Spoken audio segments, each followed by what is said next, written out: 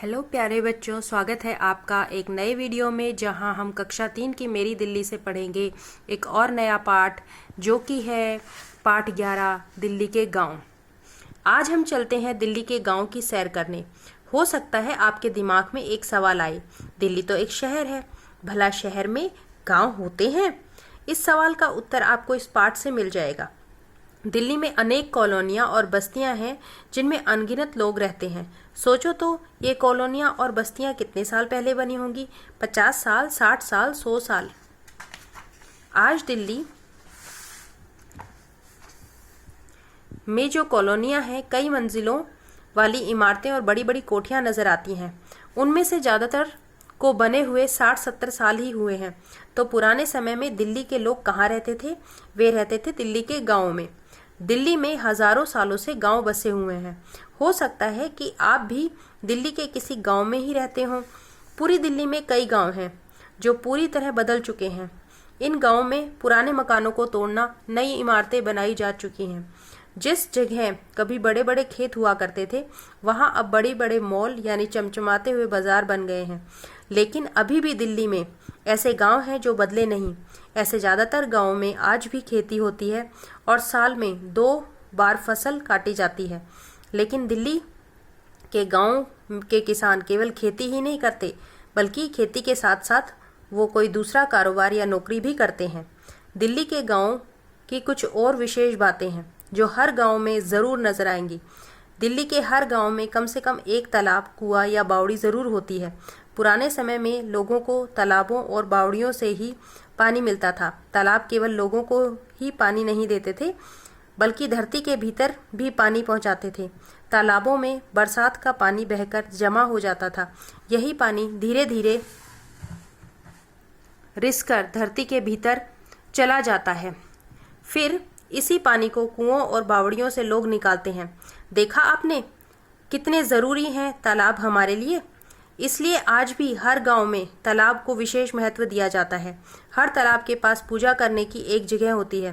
तालाब के पास साल में एक बार छोटा सा या बड़ा मेला लगता है या कोई उत्सव मनाया जाता है। आजकल लोग कुएं बावड़ियों का इस्तेमाल नहीं करते, इसलिए धीरे धीरे वे सूखने लगे।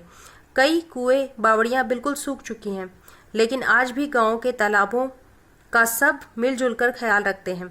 सोचिए, परिचर्चा कीजिए, आजकल कुएं और बावड़ियों का इस्तेमाल क्यों नहीं करते? पीने का पानी घरों में कैसे आता है? दिल्ली के गांवों की अंदरूनी गलियां और रास्ते संकरे होते हैं। उन पर ईंटों का खड़जा या सीमेंट की परत वाली सड़क बिछी होती है। गलियां तंग होती हैं। गांव के भीतर बड़े बाजार कम मिलते हैं। थोड़ी बहुत दुकानें होती हैं जिनमें रोज काम आने वाली चीज़ें मिल जाती हैं। बड़े बाजार गाँव से दूर होते हैं। जब आप दिल्ली के किसी गाँव में जाओगे तो आपको ऐसी ऐसी चीज़ें दिखाई देंगी जो आप शायद पहली बार देखोगे। मिट्टी का बना चूल्हा तो आपने कभी न कभी देखा ही होगा।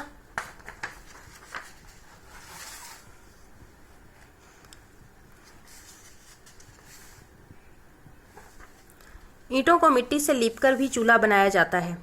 इसमें उपले कोयले या लकड़ियाँ जलाकर खाना बनाया जाता है। दिल्ली के गाँव में आप देखोगे कि टूटे हुए मटके को भी चूल्हे की तरह इस्तेमाल किया जा सकता है।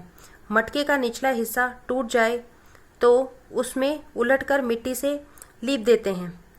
इसमें उपले भरकर सुलगा लेते हैं। सुलगते उपलों पर दूध भरा बर्तन रख देते हैं। वह धीरे धीरे गर्म होता रहता है। इस अनोखे चूल्हे का नाम है हरी। गाँव में आपको शायद पशुओं का चारा काटने वाला गंडासा भी दिखाई दे जाए। चारा काटने वाली मशीन भी शायद दिखाई दे जाए। लेकिन अब गांव में भी लोग गाय भैंस कम ही पालते हैं, इसलिए गंडासे की ज़रूरत भी कम हो गई है। आपको गांव में कुछ पुरानी इमारतें और घर भी नज़र आएंगे। दिल्ली के गांव के लोग आपस में बात करते हैं तो उनकी बोली बड़ी मीठी और अच्छी लगेगी। तुम्हें उनकी बात तो समझ में आ जाएगी, लेकिन हो सकता है कुछ शब्द बिल्कुल नए हो तुम्हारे लिए। जैसे कि एक शब्द है ढटनी। जानते हो इसका मतलब क्या है? इसका मतलब है दोस्त। बोली में इस अंतर का कारण यह है कि हिंदी भाषा के कई रूप हैं। अलग अलग जगह में लोग हिंदी के अलग अलग रूपों को बोलते समझते हैं। दिल्ली में तो बहुत सी जगहों से आकर लोग बस गए हैं। इसलिए यहाँ कई तरह की हिंदी सुनने को मिलती है। दिल्ली के गाँव के आसपास कोई हरा भरा मैदान या जंगल भी ज़रूर मिलेगा। इन मैदानों और जंगलों में आज भी नीलगाय, हिरन जैसे जंगली जानवर रहते हैं। कभी कभी तेंदुआ, लकड़बग्घा भी दिखाई दे जाते हैं। गांव वाले जंगलों और जंगली जंतुओं को भी पूरा ख्याल रखते हैं, उन्हें कभी नुकसान नहीं पहुंचाते। आपकी बात में जो प्रश्न है वो है, आप अपने या माता पिता के गांव का नाम बताओ। यह मेरा दोस्त है। इस वाक्य को आपके घर की बोली या इस पाठ में दी गई बोली में कैसे कहेंगे, लिखो। तो प्यारे बच्चों, आज हमने जाना दिल्ली के गाँव के बारे में। तो दिल्ली के गाँव में आप देखेंगे कि आज भी खेती बाड़ी की जाती है, वहाँ आज भी चूल्हे में खाना बनाया जाता है और वहाँ जो पशुपालन है वो काम भी किया जाता है। वहाँ के लोग जो बोली बोलते हैं उसमें कुछ शब्द आपको समझ नहीं आ पाएंगे, क्योंकि वे अपने प्रांत की बोली से उठाकर बोलते हैं। बाकी आप उनकी भाषा को सुनकर काफ़ी कुछ समझ पाएंगे। आज भी वहाँ के किसान खेती बाड़ी करते हैं, लेकिन साथ में वो अपना कोई काम भी करते हैं। तो देखा बच्चों, आपने दिल्ली के गाँव में भी कैसी जीवन शैली हो गई है आजकल। वहाँ के गांव भी अब धीरे धीरे शहरों की तरह बहुमंजिला होते जा रहे हैं। वहाँ भी पक्के रास्ते बन गए हैं। तो आशा है आपको आज इस पाठ से दिल्ली के गाँव के बारे में काफ़ी कुछ पता चला होगा। अंत में मैं आपसे कहना चाहूँगी, please like, share and subscribe. Thank you.